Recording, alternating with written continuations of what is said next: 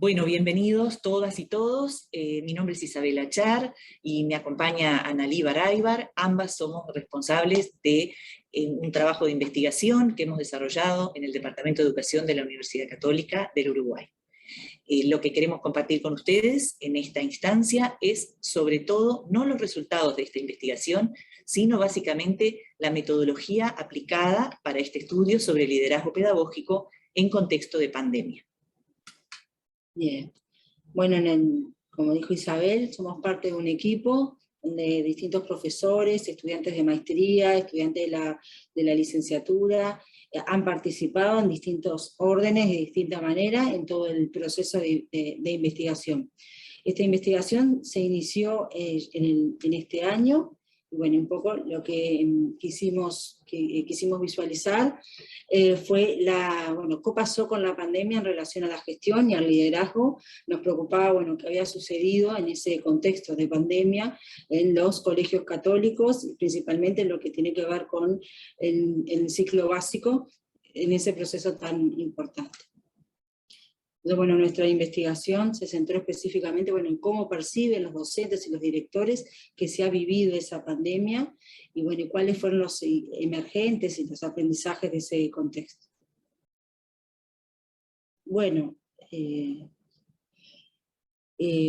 Los objetivos que nos fijamos para la misma fueron básicamente el objetivo general, analizar el liderazgo pedagógico en la educación media de los colegios católicos uruguayos que pertenecen a la Asociación Uruguaya de Educación Católica, AUDEC, a partir de las percepciones y las proyecciones de los directivos y de los docentes, como decía Analí, en el contexto de pandemia.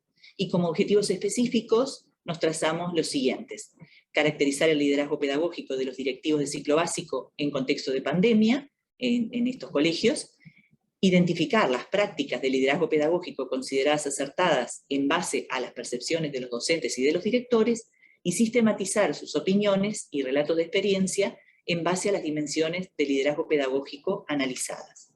Esto supuso, en primer término, seleccionar un modelo desde el cual definir las dimensiones para el liderazgo pedagógico. Y nosotros utilizamos a Robinson.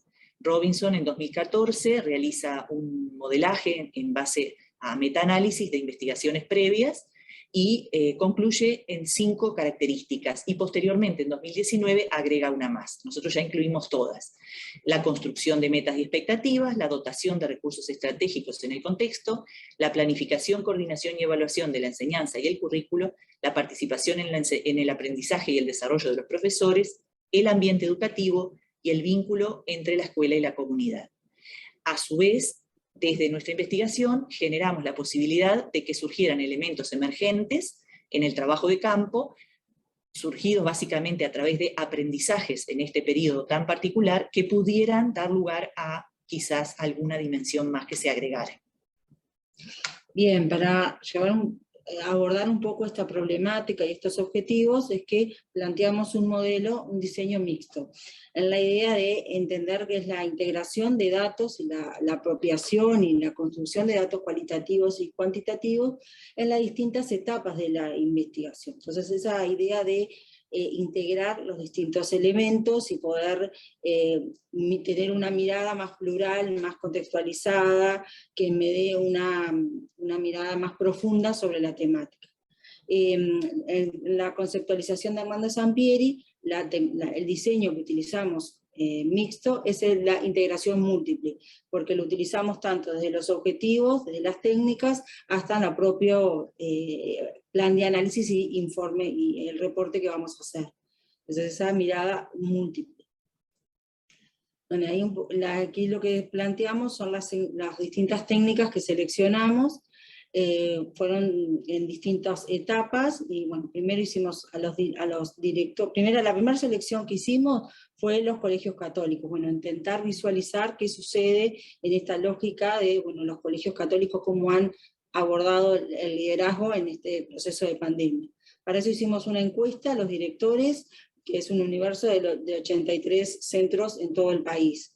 En esta encuesta abordamos distintas dimensiones, como las mencionamos anteriormente: A estas encuestas luego hicimos una selección de 6 centros con distintas características de Montevideo, del interior.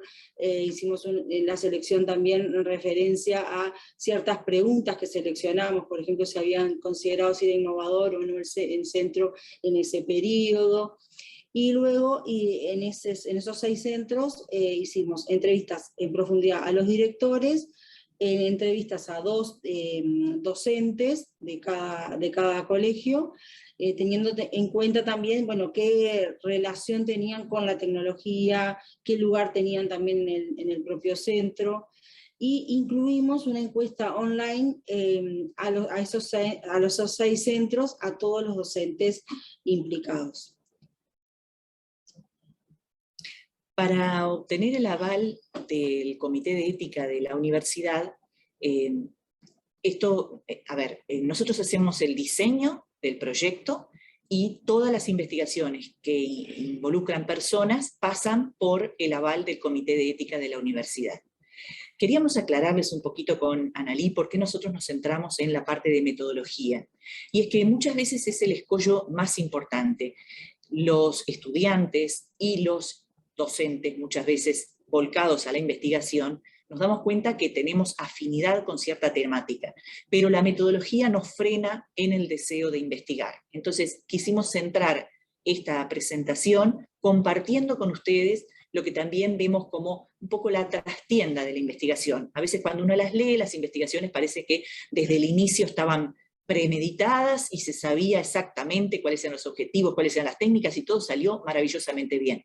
Lamento decirles que no es así, que uno va teniendo muchos traspiés a lo largo del camino.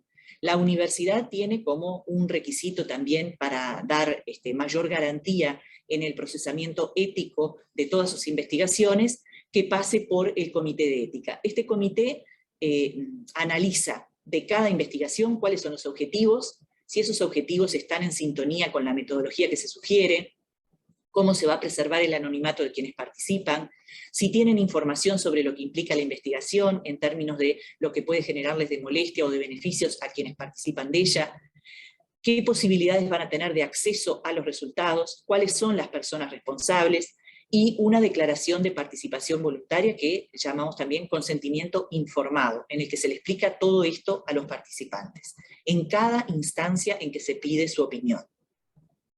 De este modo, cuando nosotros hacemos la síntesis de nuestro trabajo de campo, están las 4 técnicas que se habían aplicado, que en realidad son 2 técnicas aplicadas a distintas fuentes: encuestas a directores, entrevistas a directores, entrevistas a docentes y encuestas a docentes. En cuanto a la modalidad, como nuestra investigación se realizó ya en contexto de pandemia, nosotros la planificamos de ese modo.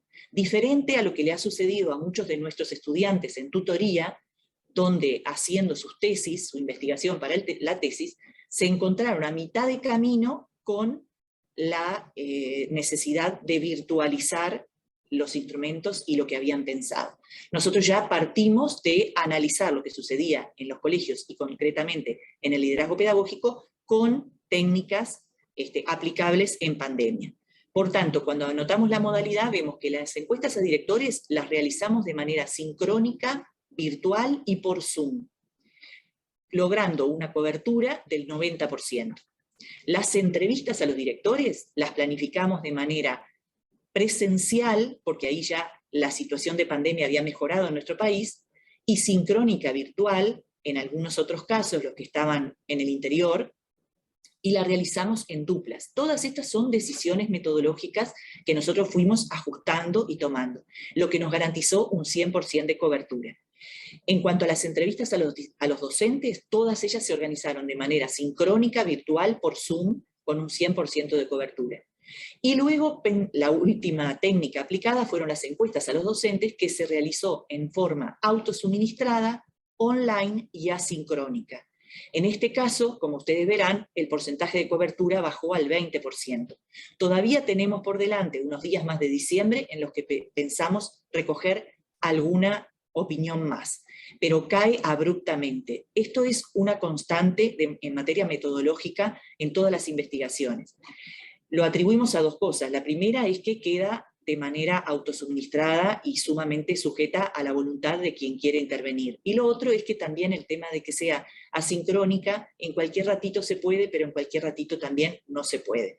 Entonces, bueno, a tomar en cuenta cuando uno toma decisiones metodológicas, cuáles son los instrumentos más fiables y de mayor cobertura. Con respecto a la aplicación de las técnicas, lo que les venía comentando, nosotros queríamos traslucir y compartir con ustedes aciertos y dificultades. Entre los aciertos encontramos que la alianza estratégica que hicimos con la asociación AUDEC, que nuclea a todos los colegios, respaldó nuestra investigación y también, digamos que dio posibilidad a una mayor convocatoria. Otro acierto fue la apertura y el deseo de relatar lo vivido por parte de los protagonistas. Si bien nos costaba agendar el encuentro, luego que estaba agendado, las personas realmente fueron sumamente locuaces y muy deseosas de poder compartir todo lo que habían vivido, y casi les diría también agradecidos de tener la instancia de dialogar con alguien más y hacer un poco de balance y reflexión sobre el tiempo de pandemia y las decisiones que habían tomado. Esto supuso el hecho de que fueran aún virtuales sin sincronía, nos permitió también cercanía, la generación de un buen clima y esto que les decía del agradecimiento. Nosotros intentamos en todo momento emplear las técnicas de manera virtual como si fueran presenciales, con interlocutores, y eso sentimos que fue un acierto para tener esa amplia cobertura que logramos. Realizar las entrevistas en dupla nos permitió también que mientras una persona iba guiando las preguntas, vieron que en las entrevistas las personas que contestan pueden desviarse un poco de estrictamente lo que se está preguntando. Entonces, mientras uno preguntaba, el otro iba chequeando en el guión que todos los temas quedaran cubiertos. Y emplear una matriz de análisis, una matriz que fue una de las dificultades también, elaborarla, porque supone mucha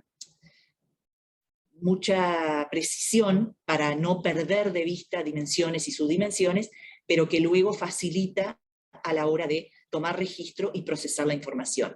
En cuanto a las dificultades, para agendar fue difícil llegar a los directivos. Realmente parecía una carrera de obstáculos tratar de llegar a los datos.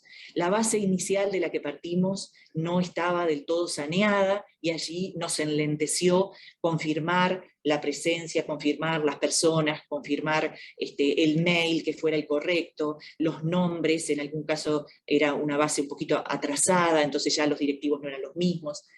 La escasez de tiempo por parte de los directivos y el cansancio acumulado también en directivos y docentes.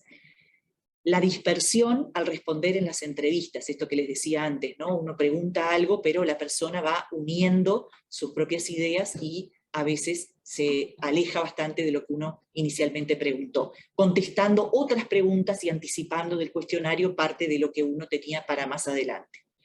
El empleo de las grabaciones para realizar el procesamiento de la información, por un lado, nos permitió, al grabar por Zoom, registrar textualmente todo lo que iban diciendo, pero también eso supone luego un trabajo mayor de desgrabación. Y finalmente, lo que les decía, la elaboración de la matriz de análisis en forma grupal, lo que fue una dificultad porque éramos varias personas para acordar, pero por otro lado también fue una gran ventaja porque sirvió para el apropiamiento de todos de los contenidos de la investigación. Bien, en la etapa que estamos ahora es esta etapa de análisis. Lo que pensamos y lo que construimos con el grupo fue retomar los objetivos iniciales y establecer dimensiones, subdimensiones e indicadores. Lo que pensamos es que en el objetivo 1 vamos a llegar a una caracterización de los centros con determinadas subdimensiones que fuimos seleccionando. En el objetivo 2 tomamos específicamente todas las dimensiones de Robinson y los aprendizajes, que fue lo que fuimos agregando, y con esos dos objetivos pensamos de alguna manera colaborar y estructurar el objetivo 3, que tiene que ver con eso, con esa sistematización y esa selección de relatos y experiencias de las diversas formas que ha tomado el liderazgo en este entorno, en este contexto. Bueno, acá un poco el resumen para que visualicen lo que implica esa matriz de análisis que les mencionaba Isabel, que en cada objetivo, bueno, van a tener, el objetivo 1 tiene una dimensión, 4 subdimensiones y 12 indicadores. En el objetivo 2, 8 dimensiones, 21 subdimensiones y 23 indicadores. Y allí en el objetivo 3 es la suma de los dos elementos. Esto es la estructura, lo básico. Sin duda esto puede llegar a variar cuando empecemos a procesar los datos cualitativos, esto es específicamente como para la estructura cuantitativa. Vamos a utilizar las mismas dimensiones, pero las subdimensiones pueden variar y pueden integrarse más en esa idea de flexibilidad en una investigación cualitativa, o sea, en esa idea de lo mixto, de integrar lo cuantitativo con lo cualitativo. Como les decíamos, la trastienda de la investigación que queríamos compartir con ustedes supone etapas y saberes que hacemos públicos. El marco teórico sólido, que permita contar con el respaldo de un modelo que surge de metaanálisis de investigaciones previas, como un estado del arte que nos lleva a basarnos en investigaciones anteriores. La revisión, el ajuste y la vigilancia de los objetivos definidos a lo largo de todo el trabajo. El orden y la sistematicidad en la obtención y en el almacenamiento de la información. Una elección acertada de técnicas y de cobertura para contar con información que sea pertinente, válida y confiable. La matriz de análisis exhaustiva, que les señalaba recién Analí, con sus dimensiones, subdimensiones e indicadores, que permite procesar la información obtenida. La discusión y los acuerdos del equipo para involucrarse y darle continuidad al trabajo enriqueciéndolo, y el procesamiento vigilante de la información con una mirada que sea a la vez global y específica. 4 pilares como cierre y síntesis, y ya cerrando nuestra presentación. Decisiones claras para guiar el trabajo, en el marco teórico, en la selección de técnicas, en el cierre de discusiones y en el intercambio para avanzar. Liderazgo del equipo de trabajo, una distribución interna de tareas con seguimiento global de la marcha del trabajo. Sistematización y orden, archivos, materiales, información de trabajo de campo, mails, diario de campo y recordatorios. Y una vigilancia permanente, epistemológica de contenidos y alcances conceptuales, metodológica de procedimientos y técnicas en sintonía con los objetivos y la matriz de análisis, y de tiempos. Una clave es no detenerse, administrar los momentos de zafra y la producción. Dejamos por aquí también la bibliografía, agradecemos la atención que dispensaron a nuestra presentación y muchas gracias. Muchas gracias.